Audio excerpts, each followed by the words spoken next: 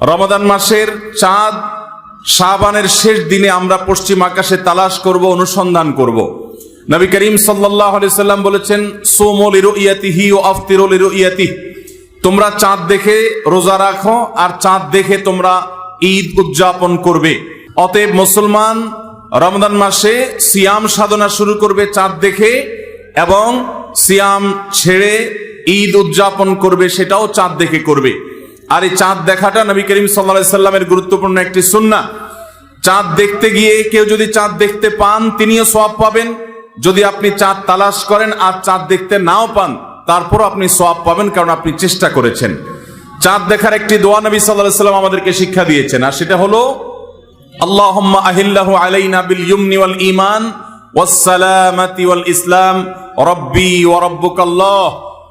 যার অর্থ হলো, হে আল্লাহ, এই নতুন চাঁদ নতুন মাসটিকে আপনি আমাদের জন্য বরকতময় করে দিন, ঈমানময় করে দিন। ঈমানের সাথে যেন এই মাসে আমরা সময় কাটাতে পারি, অতিবাহিত করতে পারি, এবং নিরাপত্তা, শান্তি এবং ইসলামের উপর যেন আমরা থাকতে পারি।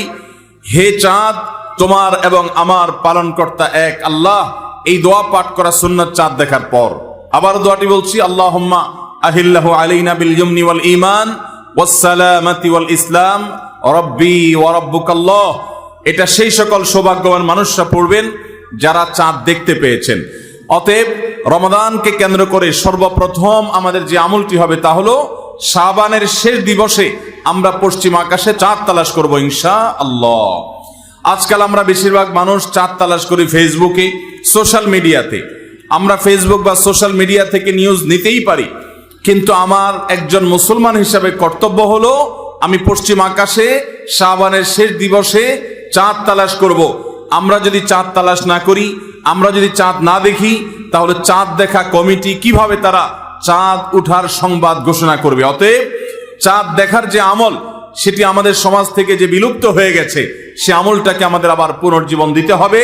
প্রতিটি পাড়ায় মহল্লায় আমরা আনন্দ উৎসবের সাথে রমাদানের চাঁদ তালাশ করব, এবং ঈদুল ফিতরের জন্য, অন্যান্য মাসের জন্য আমরা চাঁদ তালাশ করব। কেউ যদি চাঁদ না দেখে একটা এলাকাতে, তাহলে সবাই গুনাহগার হবে। কিছু না কিছু মানুষ অবশ্যই চাঁদ দেখতে হবে, তা না হলে ফরজে কিফায়া তরক করার গুনাহগার সবাইকে হতে হবে। অতএব রমজানের প্রথম আমল হলো শাবানের শেষ দিবসে আমরা পশ্চিম আকাশে সন্ধ্যায় চাঁদ তালাশ করব। চাঁদ দেখতে পেলে দোয়া করব, আর যদি চাঁদ দেখতে না পাই তবু আমি সওয়াব পাবো। আল্লাহ আমাদের সবাইকে আমলটা করার তৌফিক দান করুন।